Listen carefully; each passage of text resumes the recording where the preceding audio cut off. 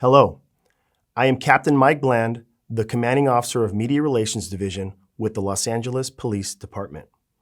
This critical incident community briefing is intended to provide you with information about an officer-involved shooting involving Foothill Division officers that occurred in Mission Division in the city of Los Angeles on August 14, 2025 at around 4:55 p.m. You are about to see relevant video footage and learn about other evidence and police procedures related to the case so you can have a better understanding of what occurred based on what we know right now. The LAPD conducts very thorough use of force investigations, which typically require investigators to interview multiple witnesses, view countless hours of video footage, and analyze a significant amount of forensic evidence.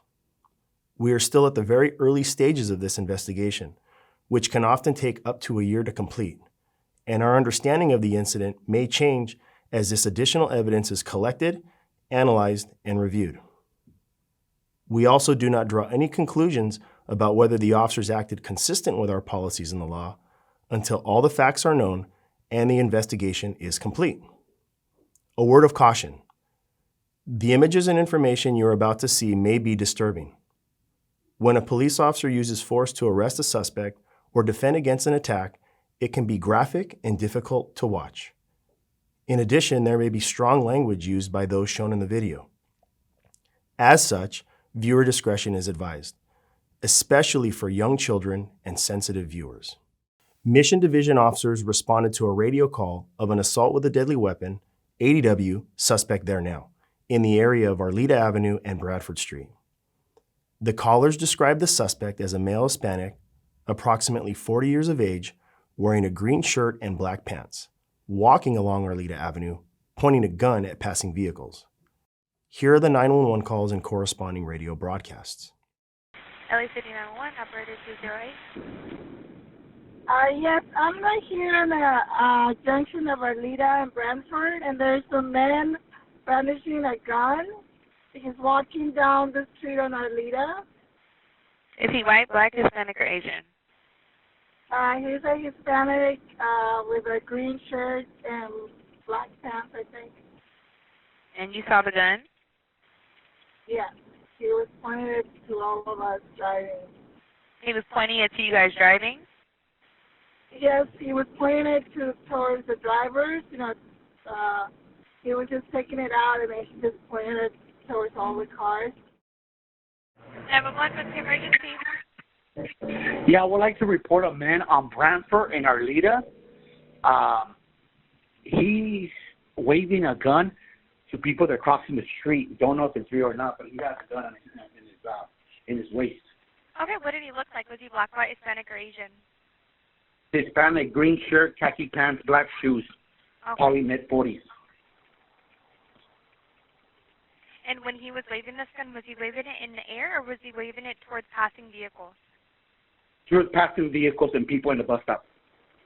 The people in the bus stop just ran, but I saw it. So he's just going down Brantford, down south on Brantford Street.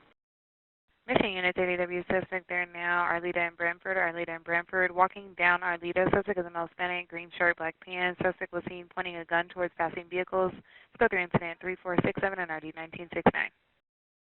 Mission Unit Division on the 4th ADW suspect in Arleta and Brantford. Additional PR call back. Advice suspect was last seen Arleta and Osborne. Additional incident 3467. That suspect was later identified as Lorenzo Sandoval. Upon arrival to the location, the officers located Sandoval walking south on the west sidewalk of Arleta Avenue, armed with a gun in his right hand. The officers began to give Sandoval verbal commands to drop the gun. However, Sandoval did not comply with the officers' commands, but instead pointed the gun at the officers as he continued to walk away. The officers then requested the assistance of additional patrol units, an air unit, and a supervisor. Multiple patrol units from adjacent divisions responded to the location and assisted in monitoring Sandoval. As the officers were attempting to contain Sandoval, he suddenly turned and faced the officers while still armed with the gun, resulting in an officer-involved shooting. A portion of this incident was captured on the responding officer's digital in-car video. Most marked vehicles assigned to patrol have a camera mounted inside, which activates when the emergency lights are turned on. The camera can also be manually activated. These digital in-car cameras have a buffer of video without audio. Upon activation, the camera goes back 1 minute and starts recording. There's a guy right there, see running. Okay, I verify your watch. It's gotta be him, right? That's something in his ankle. He does, you see it? Yeah. Okay, don't get too close. Moet je eens kijken, moet je eens kijken. He has a gun. He has a gun. Okay, watch out. You remember? He has a gun. Hey, Hey, stop! Get on the floor! Khaki pants, pointing a gun. Go forward, go forward. Suspect was last seen on. Put your gun down! Additional He's pointing. 34. I know he's pointing.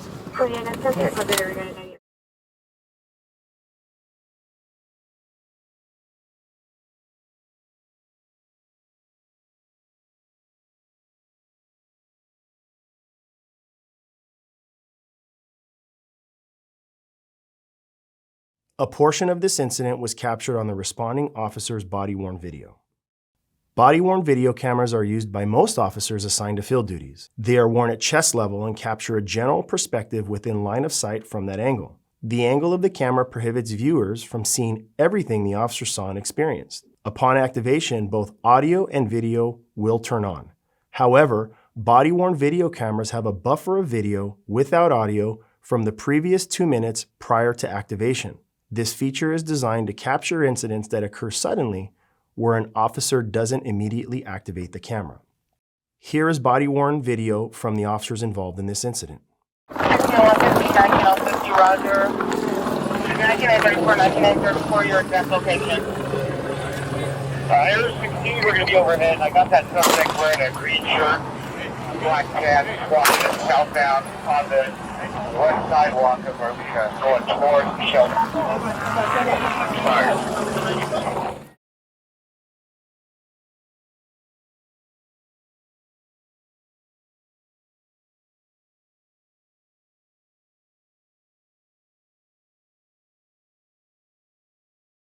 Here is additional digital in-car video from the officers involved in this incident.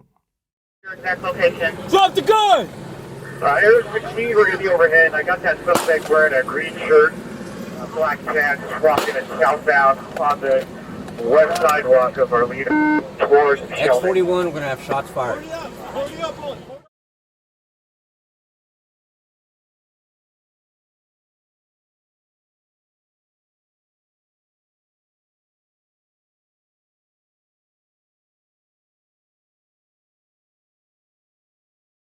Sandoval was struck by gunfire, fell to the ground, and was subsequently taken into custody without further incident. Here is additional body-worn video from the officers involved in this incident. Hold right here. Hold. Hey, I'm going. Article on the right. Okay, I'm going up on the right. I got it. Secure the weapon.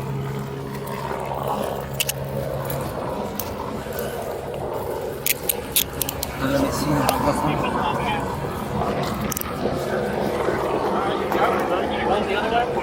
Where's he shot at?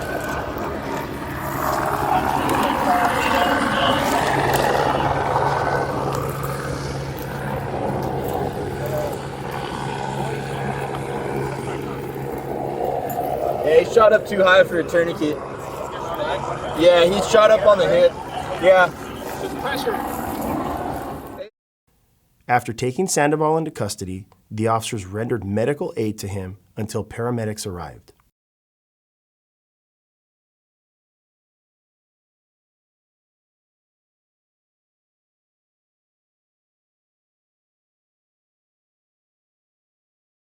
Los Angeles Fire Department paramedics responded and transported Sandoval to a local hospital to be treated for the gunshot wound he sustained as a result of the officer-involved shooting.